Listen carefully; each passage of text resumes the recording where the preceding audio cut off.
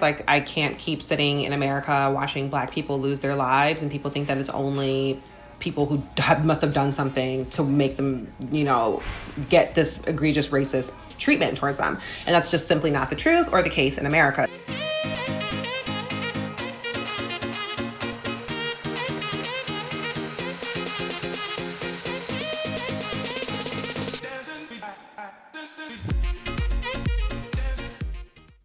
What up, y'all? It's your girl, Maddie Mosey, aka Moprah. Welcome to More with Moprah. I am super hyped for my guest today. Lady boss up in here, y'all. A little bit about my girl. She likes to call herself a marketing and partnership aficionado.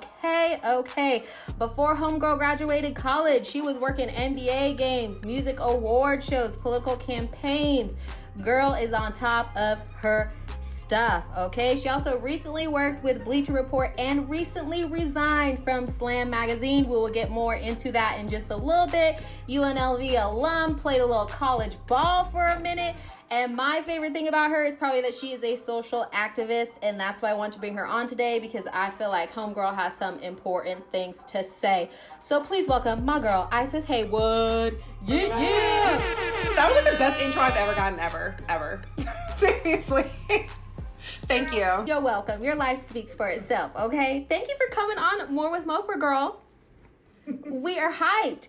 Okay, so I just want to jump right in. You recently said something on social media that I said, felt it at the core. You said, at 26, I want to be in spaces that don't just use me and take from me. So I wanted to ask how it has been in your career navigating the workspace, in a sports-related, male-dominated field, not only as a woman, but as a Black woman.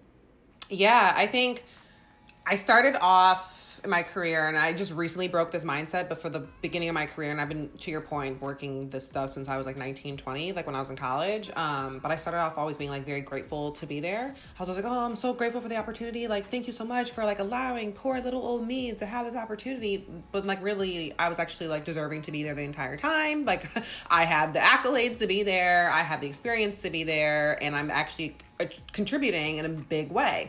And so I had to recognize that when you are always putting yourself in this like overly humbled position, you will position yourself to be used because you don't even see your own value, and people see that in you. People will see the fact that you don't see your own value, and they can see the fact that they can use you because of that, because you're always looking for affirmations from people or opportunities from people. And so at 26, I realized that I kept putting myself around people and certain spaces to where I would be working myself to dry, like working myself completely dry, like losing hours of sleep, catching pneumonia, waking up and still, going to the event and producing the event, or calling whoever athlete to make something, make a project go through, or whatever the case may be. I was just like really running myself ragged to do the work for other people. But then when, let's say, something would happen from like an HR perspective, and I would go to them with like, hey, this situation's happening, this is not comfortable for me, nothing would be done on the back end.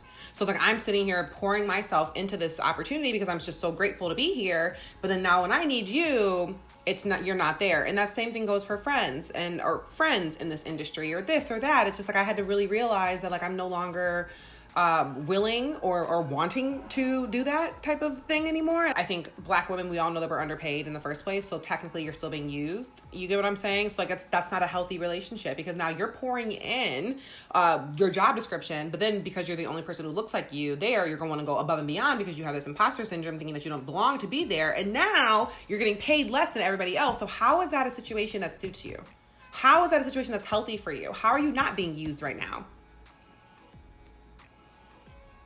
Girl, you said it, and I think that's so important. I think so many people, like you said, they will always show up, but ain't nobody else showing up for them. And so I think that's amazing that you were able to realize that. So I guess we'll get into with your, recently resigning from Slam.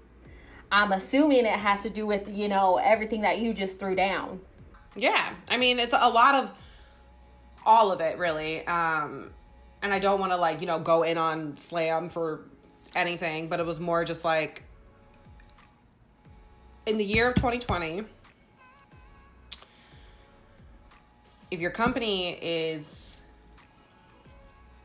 portraying the image that they care about Black lives, it shouldn't have to be the ones that are just hashtags. The ones that are in your immediate circle matter too. Their opinions matter. Their voices matter. Their hurt matters. Their pain matters. Their experiences within that company that other people put them in, those matter as well.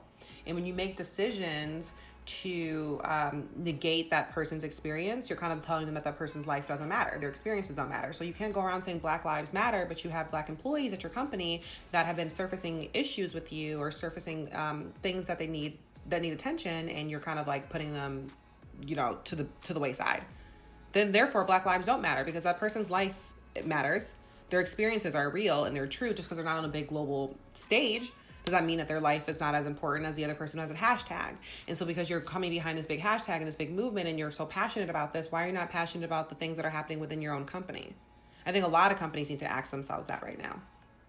Yes, girl. I feel like it's almost, so many people are doing it for show. And we knew this was going to happen with a lot of people, that the timelines were going to be flooded with Black Lives Matter for however long, and then stuff was going to start to disappear. So I honestly am bowing down for you being a person that was willing to be like, hey, this ain't okay. We're not standing behind our words. And it's also kind of a flex too. And I hope I can encourage other Black women. It's a flex the fact that I have worked myself and been successful enough and smart enough and strategic enough and financially sound enough to where I planned ahead for who don't even know what I was planning for. I just am really good with finances. I've always been that way.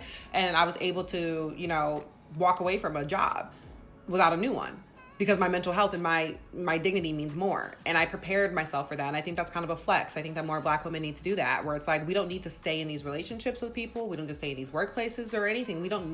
We're not indebted to anything, because we have our own. I think this brings up an important topic. I know you are a big advocate for mental health. So what would you say to the Black folks that are reluctant to go or don't even believe in it? Because I know that's a whole other topic, is mental health within the Black community.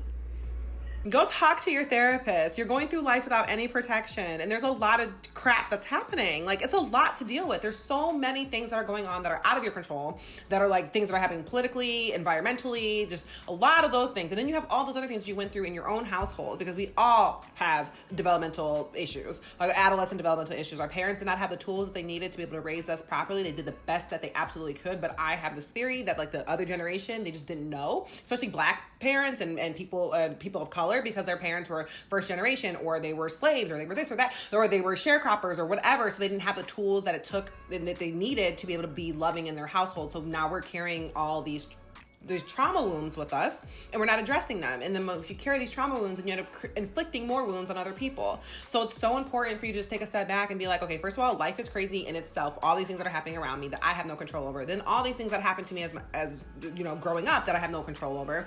What do I have control over? And that's my situation, and that's my protection, and that's me going to go see a therapist. With everything going on right now, it's traumatic. So I honestly don't know how people are getting through it if they're not doing some type of therapy. And what are you doing? I literally truly want to understand how people are able to cope. Self-compassion for me is everything. I always self-soothe. I talk to myself very kind. If I don't talk to myself kind, I will catch it in that moment and kind of work my way out of that. So self-compassion is key, because it teaches you mindfulness, because you're always present with yourself and you're conscious of the thoughts that you're circulating through your own brain. And it teaches you common humanity, because I can look around and be I'm not the only person suffering right now. Everybody's suffering, and their suffering is no different than my suffering. Suffering just is. There is no tier to suffering. Suffering is suffering, and it just is. I love that. I definitely have had to, get better at that, as well as reminding myself it's okay to sit in my feels. It's okay. And like you said, with suffering and struggle, the part of struggle is the struggle. Just learning that is a thing and accepting it. Just being in it, girl. We all are in it. We all are struggling. Nobody has a life free of suffering. That's a part of life. That's how, if you did not suffer, you would not know joy. You would become very jaded towards joy and happiness and success, because if you never had anything to compare it to, then you wouldn't even know how to appreciate those feelings. So suffering is a part of the game. There's not a single person in this world that is not suffering. What advice would you give, especially to the Black women? Because obviously not everybody, is good with finances. Not everybody can just up and, dip out. So what advice would you give for those people that may have to stay and ride it out a little bit longer? Honestly, I would say to not let up. Like in the sense of like tell, snitch, please, talk to HR. If you don't have an HR department, like Slam didn't, which is like, didn't, girl. Okay. So I'm like talking to my peers about whatever. Tell, document, write things down. It is okay to do that. I think that like, especially like, oof, I can go into this as well. Like the tiers of like snitching. It's like, it's not snitching. It's like, first of all, like Black people in general were like, oh, don't be snitching. And I understand where that comes from. I think it's deep rooted back to slavery. Like if somebody makes a mistake or they don't like, you know, if they don't pick enough cotton or they come up short on their quota or whatever the case may be, it's always like, don't snitch, because it's like we have to protect each other because we don't like to see what happens to that other person. I think that carries on through us forever. And then like, take women, for example, where like women are taught to never tell when things happen to them with men because it's not their place to do that. So now when you're a Black woman, now you have a double down on you where you're like, I can't snitch because the streets say I don't snitch. And then I can't because I'm a woman because they think I'm going to be crying anyways. Cancel all of that. Document it. Write your emails. Speak up. Tell them about themselves. They will not correct themselves unless people tell them about themselves. You can do that. And if you don't have the ability to walk away in that moment, that's totally fine. Eventually, it's probably not the best advice I can give, but I'm saying like if it gets to a point where like you guys are both unhappy, but you've spoken up and you tell all the things you need to say, and then they don't address the situation, like 9 times out of 10, they may end up firing you, which is okay. Now you can get unemployment until you find a new place. Never feel stuck is what I'm saying. It may not be the best option, but the lesson of what I'm trying to say, the bottom line of what I'm trying to say is never feel stuck. Amen. So don't get stuck. You got to speak up. And I think it kind of goes into the side of almost cancel culture that people don't see, because people think that cancel culture, you just cancel people left and right, which happens sometimes, but especially in a workplace, like you said, I'm going to call you out, then I'm going to call you in, we're going to correct it, and if you ain't correcting it, well then I'm sorry, you're done. You're done, right? But I think a lot of people don't even, to your point about cancel culture, like I'm not huge on cancel culture unless you like give somebody an opportunity to be better and then they don't. You can't just like cancel somebody without giving them an opportunity to be better. Like I'm to a fault. I give people too many opportunities to be better. That's something I'm trying to work on, where it's like, okay, after the third time, it's like, all right, like they know what they're doing. But like, you know what I'm saying? I think there's like something important there that you just touched on, that nuance of like, I'm giving you the opportunity to correct yourself, and hopefully, you know, they'll correct themselves. It won't happen immediately because it takes time to unlearn things. But if you see the small signs of like hope, pay attention to those types of things and be patient with those things. And if it doesn't change from then like, okay, cool, you're good. I'm good with you over there. I'm not canceling you or whatever. It's just like, I'm good with you over there. I'm good over here and you're good over there. Gotta protect the energy. Yes. And I think that's kind of the part of cancel culture that people don't understand, is it's not always necessarily getting canceled. It's like, I just cannot give you any more of my energy. It's not even like a kick. Yeah, that's the part. It's not even about like canceling. It's more just like, I don't want to partake in that. Like, I think that's okay. Like, I think that people are so like, we need to normalize like changing your mind, normalize walking away, normalize like not liking somebody anymore, and it being like not a hatred. It's just like, I don't like you.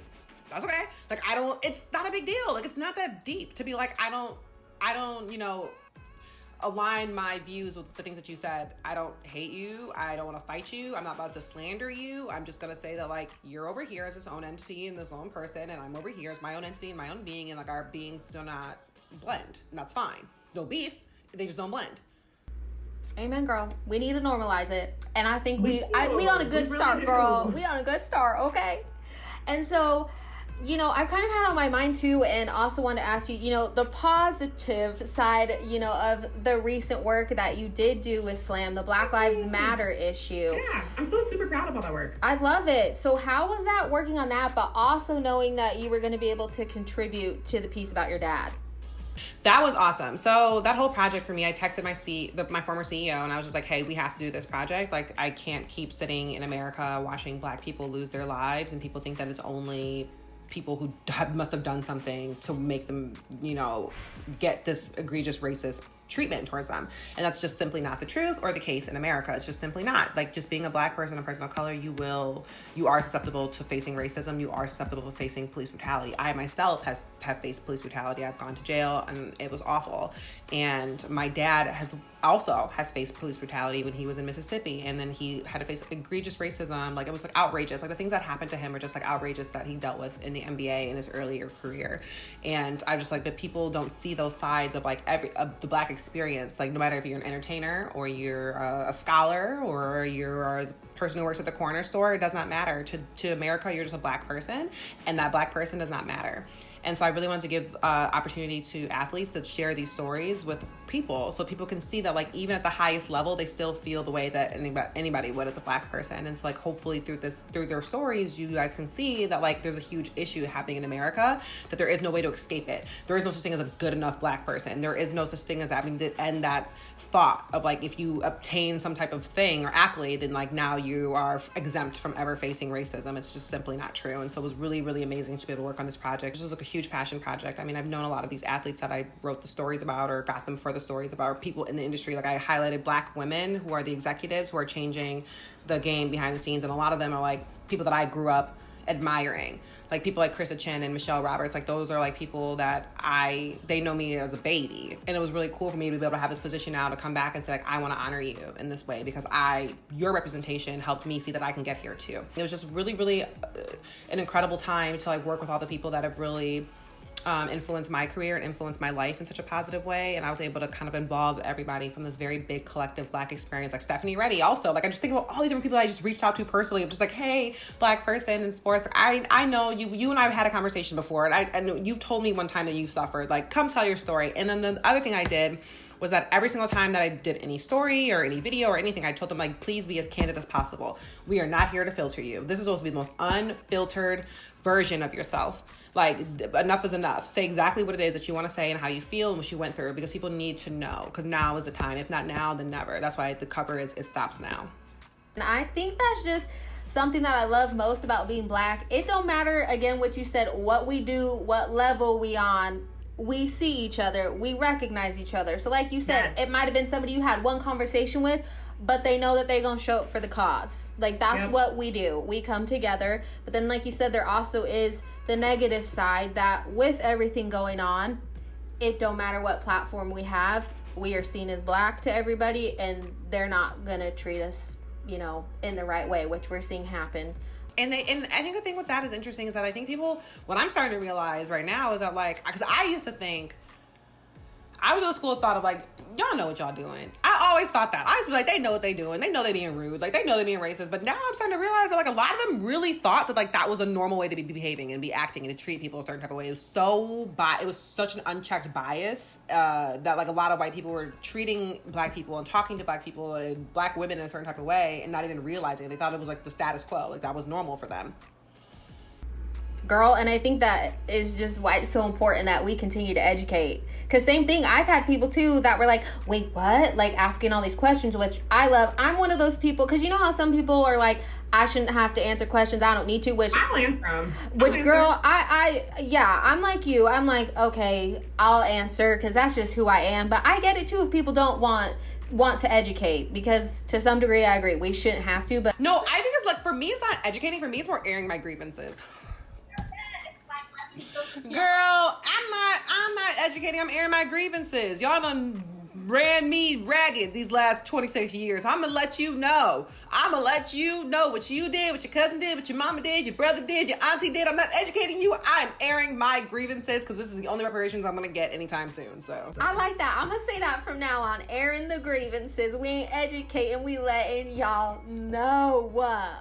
So to kind of wrap everything up into a big old nice little present with a bow, what would you say, what words of love or affirmation do you have for the Black community right now?